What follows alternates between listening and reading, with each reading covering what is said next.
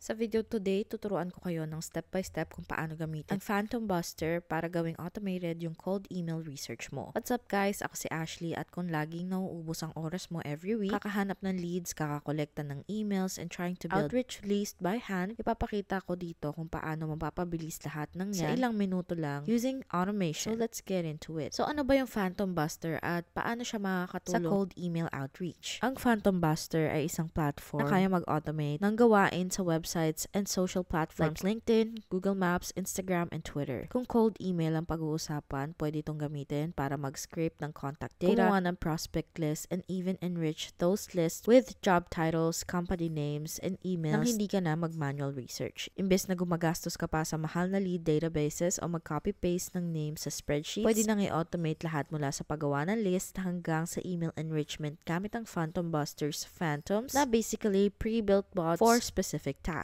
When you pair this with an email outreach tool gaya ng Instantly, Mailshake, o Lemlist, kakaroon ka ng cold email system na easy scale kahit walang outbound rep. So tara himayin natin step by step of using one of the most popular use cases, which is finding cold leads on LinkedIn and getting their emails into a clean spreadsheet na ready na for outreach. If you want to follow along, gamitin mo lang yung exclusive link namin sa description. Pag nandun ka na, kailangan mo mag-setup ng free trial. 14-day free trial siya at kailangan lang ilagay yung email address mo at gumawa ng account. Kailangan rin i-confirm yung email mo, so make sure you do that as well. Another thing I just wanted to mention ay kailangan mong i-download yung Chrome extension, but it takes 2 clicks. Dapat naka-open rin yung LinkedIn mo at naka-sign in para automatic siyang mag-populate when we run automation. So step 1 ay i-define yung ideal lead criteria mo. Bago mag-automate ng kahit ano, kailangan alam mo muna kung sino exactly ang tinatarget mo. Halimbawa, job title na marketing manager o industry, e-commerce o location na US, o kaya company size na 11 to 50 employees. Ito yung mag-set ng filters na gamit mo sa next step kapag nag-reach ka sa LinkedIn. Ngayon sa step 2, punta tayo sa LinkedIn Search Export para makahanap ng leads. Dito gagamitin natin yung option na Connect with Profiles from a LinkedIn Search. Ang ginagawa nito ay extract niya yung LinkedIn Search results at kokolekta siya ng new leads ng sabay-sabay. Pwede rin to mag-send ng invite sa new profiles at i-track yung results. So ito yung pipiliin natin. Since naka-login na ako sa LinkedIn, automatic na siyang nade-detect ng Chrome extension. Ngayon, step 3 naman, kailangan hanapin yung Phantom na gagamitin. Ang pipiliin ko ay yung LinkedIn Search to Emails. Dito natin makukuha yung professional email addresses ng LinkedIn profiles diretso from LinkedIn Search. So, ito na yung gagamitin natin. Dahil naka-open na yung LinkedIn ko, automatic na siyang connected dito sa Chrome extension. Kaya kailangan talaga yung extension na yan. Ngayon, ipipaste natin to. Gusto ko lang ipakita yung ilang advanced settings. Una, iset natin yung number of results na i-scrape per search. Gawin natin 10. Tapos yung number of profiles na i-scrape per day, gawin natin 20. Then click natin yung save, piliin yung email discovery service mo, tapos i-on na yung Phantom and get started. Ngayon, it's going ahead and running the actual Phantom. Tignan natin yung log, then balik tayo sa dashboard kasi dito lalabas yung results. So ayan, makikita mo lahat ng leads nandito na. At ito rin yung reason kung bakit hindi natin pipiliin yung isang option kanina kasi kung yun yung gagamitin natin, names lang yung lalabas na may has liked o has commented sa LinkedIn profile. Walang email addresses, which is not helpful in this case. At dito naman makikita yung report where it says 3 post scrapes, 43 commenters found, higit 1,000 likers, and 1,000 profiles found. Pag nakuha mo na yung enriched data with company domain names, pwede mo nang gamitin ang tool tulad ng Hunter para makahanap ng verified email addresses based sa name and domain. Pwede mo rin i-upload yung file sa isang cold email tool na may built-in enrichment. May cold outreach platforms na kaya mag-enrich ng emails automatically gamit yung files, which saves you an extra step. After running the Phantom, you'll have a cleaned up spreadsheet na may details kaya ng name, job title, company, email kung available, LinkedIn profile, location, website, at iba pa. Kapag magsasend ka na ng cold emails ng maramihan, siguraduhin chinecheck mo yung formatting ng emails para maayos yung pagkakapitalize ng names at wala ring extra characters sa job titles. Ngayon na maayos na yung lead list mo, pwede mo na to i-upload sa cold email platform na gusto mo. Pwedeng Instantly, Lemlist, Mailshake, o iba pa. Huwag kalimutang i-personalize yung first name para mas engaging. Maganda rin kung mag-a-add ka ng first line column sa sheet para tumaas yung open rates. Kung bago pa lang yung domain, hinaan mo muna yung sending volume para mag-warm up. Tapos i-segment yung campaigns mo ayon sa industry or role for better targeting. Sa setup na to, you've just turned what you have been hours of manual research into a reputable automated system. Pwede ka rin bumalik anytime. I-adjust yung LinkedIn search mo tapos ulitin yung process gamit ang iba't ibang filters para makagawa ng mas maraming leads on demand. Sige, let's dive into the pros and cons of using Phantom Buster para sa cold email research. Unahin natin yung pros. Isa sa pinaka-advantage ng Phantom Buster is the amount of time it saves. Imbes na mano-mano ka mag-check ng LinkedIn profiles on company websites para gumawa ng prospect list, pwede lang i-automate yung buong process at makuha agad yung results diretso sa spreadsheet. Ang laking tulong nito lalo na for early stage founders o solo operators na walang oras or resources to do outreach at scale. Isa pang benefit ay yung precision that it allows kasi pwede kang mag-start gamit ang sobrang specific search filters tulad ng job title, industry, location, o company size. Ibig sabihin yung list na ginawa mo ay talagang relevant sa niche mo, hindi basta random contacts lang. Dahil mas targeted yung list, mas mataas yung chances na may sumagot at mas maganda rin overall yung results ng campaign mo. Maganda rin sa Phantom Buster ay madali siyang i-integrate sa ibang tools na usually gamit sa outreach stack. Pwedeng i-export yung data to Google Sheets, i-import sa email finders tulad ng Hunter o Drop Contact, tapos i-connect sa cold email platform gaya ng Instantly o Mailshake. Dahil flexible siya, madali mong ma-plug in kahit ano yung system that you're already using. Isa pa yung availability ng pre-built automation templates kaya mas madali gamitin yung platform lalo na for beginners. Kahit hindi ka pa nakapag-setup ng automation dati, pwede ka lang pumili ng Phantom, ilagay yung URL and have it running in just a few minutes. Habang tumatagal, pwede mo pang i-train at i-connect yung iba't ibang Phantoms para makabuo ng mas advanced na workflow as your needs grow. May ilang limitations din to be aware of. Hindi nagsisend ng email sa Phantom Buster at hindi rin siya nagmamanage ng outreach sequences. Pang research at data collection lang talaga siya. Kaya kailangan mo pa rin gumamit ng ibang platform para sa actual email campaigns mo. Kung ang hanap mo ay all-in-one outbound solution, parte lang ng system na yon si Phantom Buster. Medyo may learning curve din, lalo na kung gusto mong pagsamahin yung iba't ibang Phantoms sa isang workflow. Madaling mag-start dahil may template naman. Pero kung balak mong i-customize yung setup o gumamit ng iba't ibang platforms, kailangan mo pa rin mag-invest ng time into learning how everything connects. Isa pa, some automations can break when platforms they rely on, tulad ng LinkedIn o Facebook. Kunwari, may mga binago si LinkedIn sa itsura ng profiles, biglang hindi na gumagana yung Phantom. You may need to wait for Phantom Buster to release a fix or adjust your settings manually. And lastly, kahit nakakatulong si Phantom Buster mag-collect ng data like names, job titles, and company websites, hindi na ito nagve-verify ng email on its own. Kailangan pa rin gumamit ng enrichment tools para mag-add o mag-confirm ng contact info. So, dagdag na step pa yon at baka kailangan pang mag-subscribe sa ibang services, depende kung anong gagamitin mo. Sa madaling salita, Phantom Buster is a powerful tool for automating cold email research pero hindi siya full solution. It works best bilang part ng malaking outreach system lalo na compare siya with email sending platforms and data enrichment services. Sige, papakita ako saglit yung plans and pricing nila. Pwede magsimula sa free trial kung saan may 2 hours na execution time, 1,000 AI credits, 5 slots for Phantoms at limited export. Meron din silang starter plan at para mas makatipid ka, suggested ko yung annual billing kasi nakaka-save ka ng 20% kumpara sa monthly. Yung starter plan, 56 per month kapag annual billing. All of these, the hours per month credit, AI credits per month, slots for Phantom, with each plan just increases. Pero pare-pareho na yung ibang features like unlimited export, community access, at priority support. Ulitin ko, yung starter plan ay $56